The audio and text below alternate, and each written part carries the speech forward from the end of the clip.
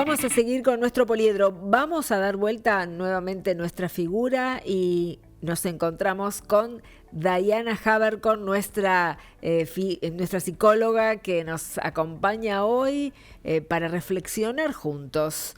Hola Daya, ¿cómo estás? Bienvenida. Hola Gaby, muy buenos días a toda la audiencia, ¿cómo están? Bien, muy bien, gracias por la conexión. Hoy vamos a hablar de un tema importante que a veces es difícil de tocar, pero me parece que hay que hacerle frente, hay que contarlo, hay que abordarlo, porque pasa mucho, ¿no es cierto?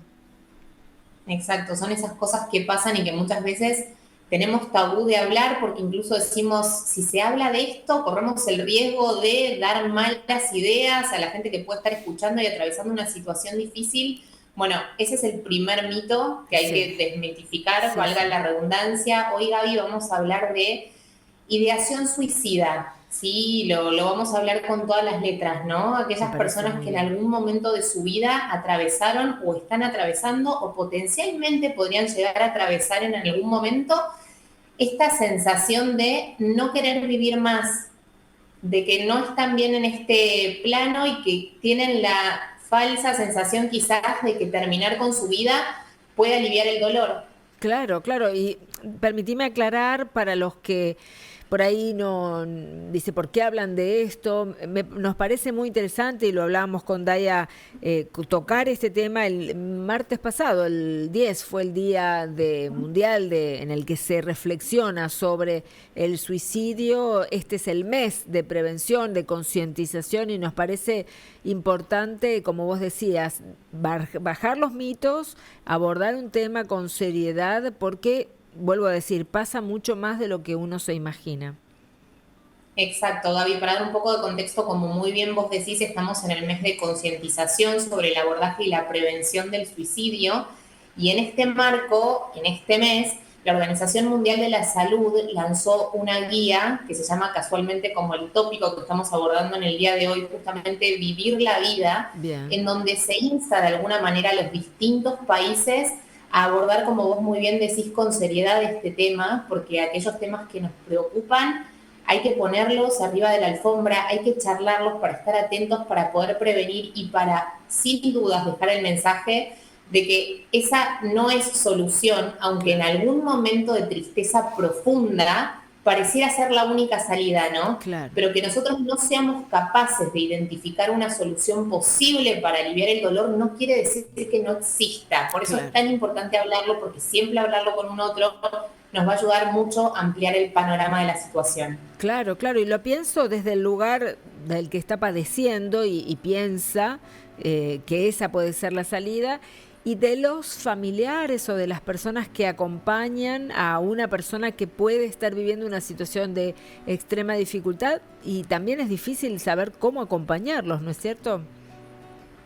Exacto. Ahí, Gaby, para tener en cuenta, una de cada 10 personas que piensan en suicidarse, por ahí no dieron indicios directos. Pero eso quiere decir que hay 9 personas que sí dieron indicios y que hicieron algún comentario del estilo de la verdad que siento que estarían mejor sin mí, que Claro. quizás estarían mejor si yo no existiera, o la verdad que no sé ni para qué vivo, o cuestiones así que en una conversación informal quizás pasan desapercibido y uno los toma como un comentario más al aire, cuando en verdad puede haber detrás de eso un sentimiento mucho más profundo.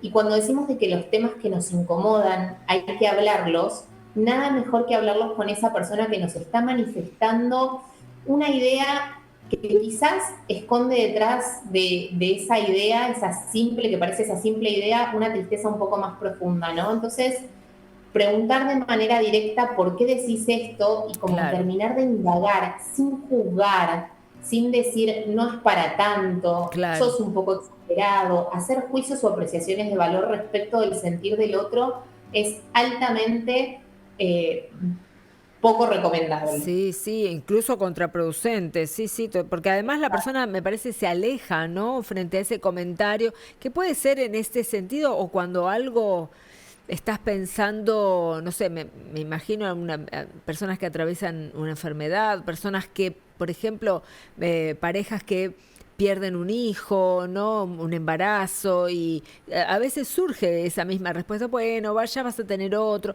La verdad es que no es una respuesta eh, que debe darse porque no ayuda en nada a quien está padeciendo.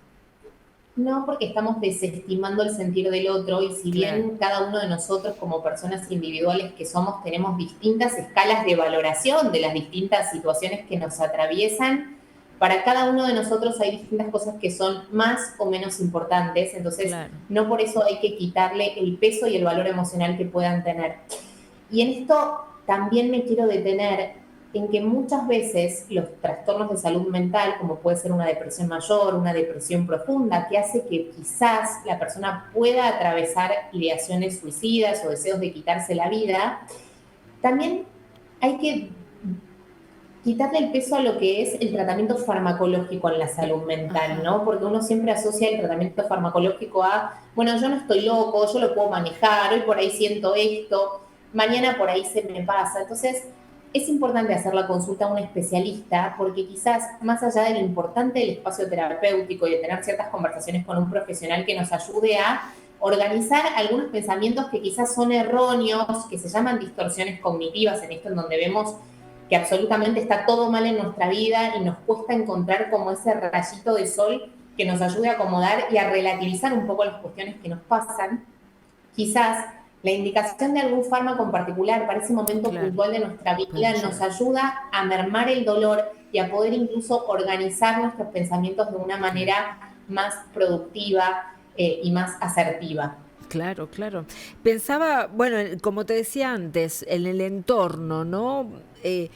Tal vez cuando se identifica el problema es necesaria una terapia grupal de la familia, poder, no sé, acompañarlo de alguna manera. ¿Cómo consultar también es la pregunta, me parece, para quienes están intuyendo que algo así puede pasar o quienes están sintiendo de esa manera?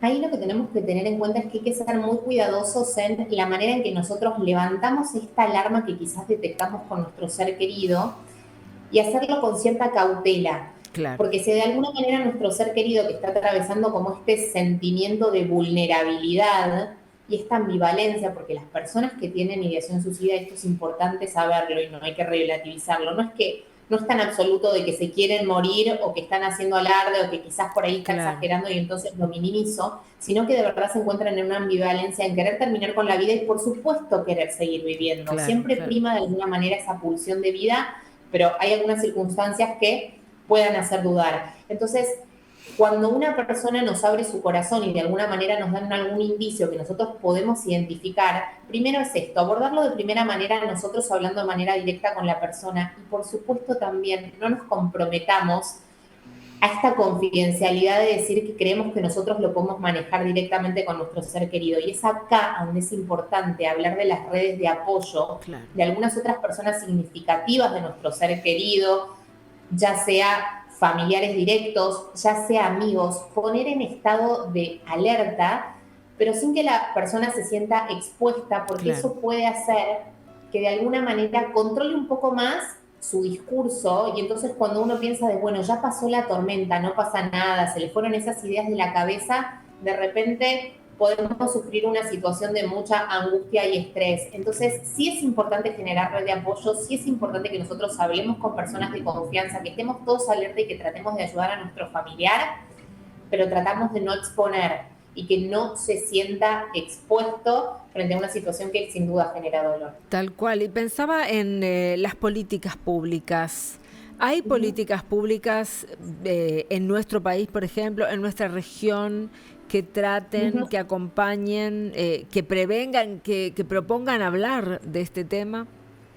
Exacto. Nosotros tenemos en Argentina una ley de salud mental en donde fue muy debatida y sigue siendo muy debatida porque de alguna manera para situaciones extremas una persona, un familiar puede llamar o un conocido decir, esta persona corre riesgo de quitarse la vida, es un peligro para sí mismo o para terceros y puede incurrir en una internación, en algún caso súper extremo. Y Sí, estos casos extremos de hospitalización se revisan cada 60 días y en general En 60 días es un periodo en donde se suele estabilizar al paciente, por supuesto se le provee de fármacos para que esto pueda ocurrir, además de un espacio terapéutico, y a los 60 días se espera que la persona salga estabilizada, por supuesto, para seguir con los controles que corresponden, pero ya en su domicilio y con todos los cuidados.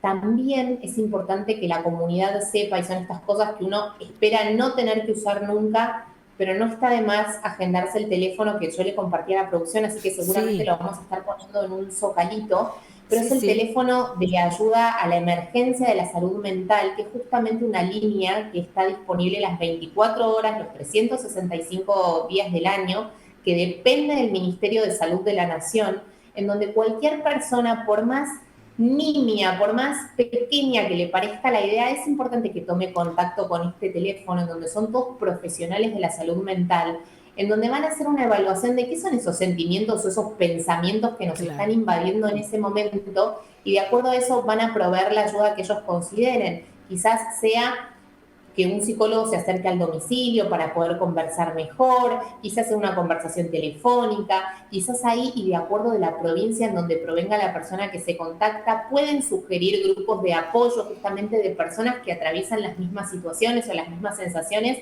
para justamente que sepan que no estamos solos y que nadie está libre de que en algún momento de la vida aparezca esta sensación o este deseo o esta duda de ¿vale la pena seguir viviendo? Claro. Lo repetimos, lo decimos, mejor dicho, para quien nos escucha por la radio, 0800 999 0091. Lo digo otra vez, porque aparece en el graph, pero también lo compartimos oralmente. 0800 999 0091 es la línea de apoyo para la emergencia en la salud mental. Como dice Diana, no hay que anotarlo, porque, bueno, por ahí no lo necesitamos nosotros, pero puede ser que alguien en algún momento lo precise y es bueno tenerlo agendado. Y pensaba, también es importante el acompañamiento, o se da, cómo pedirlo, no sé cómo preguntártelo también, hacia las familias o los grupos en los que alguien de su entorno ha cometido un suicidio, cómo acompañarlos también frente a una situación tan dolorosa.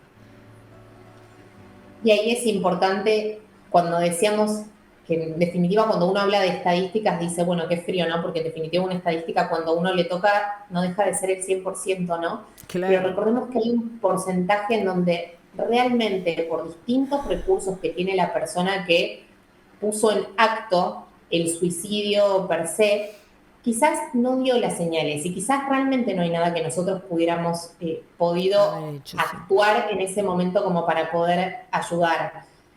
Con lo cual es difícil lo que uno dice, porque a veces es fácil decirlo desde la teoría, pero desde la práctica cuando nos toca es como muy complicado.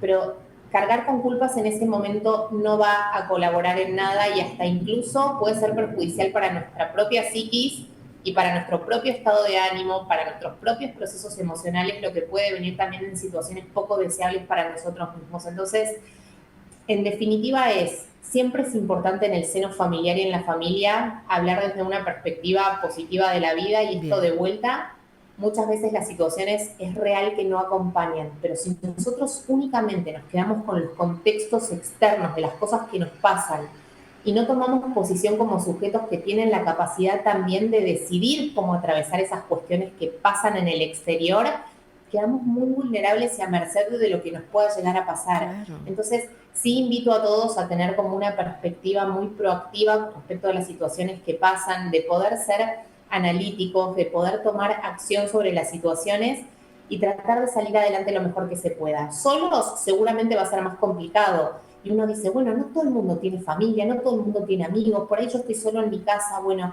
hagámonos de la red.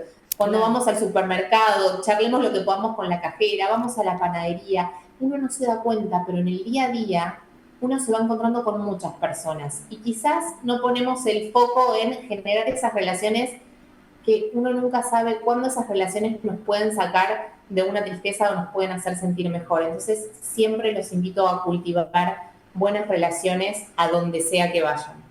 Gracias, muchas gracias, Daya, por conectarte, por compartir temas que son muy difíciles de mencionar, pero vale la pena presentarlos también en nuestra mesa porque son parte de la realidad, de la vida, así que está bueno poder acompañar también a tantas personas que pueden estar atravesando o estar cerca de una situación parecida.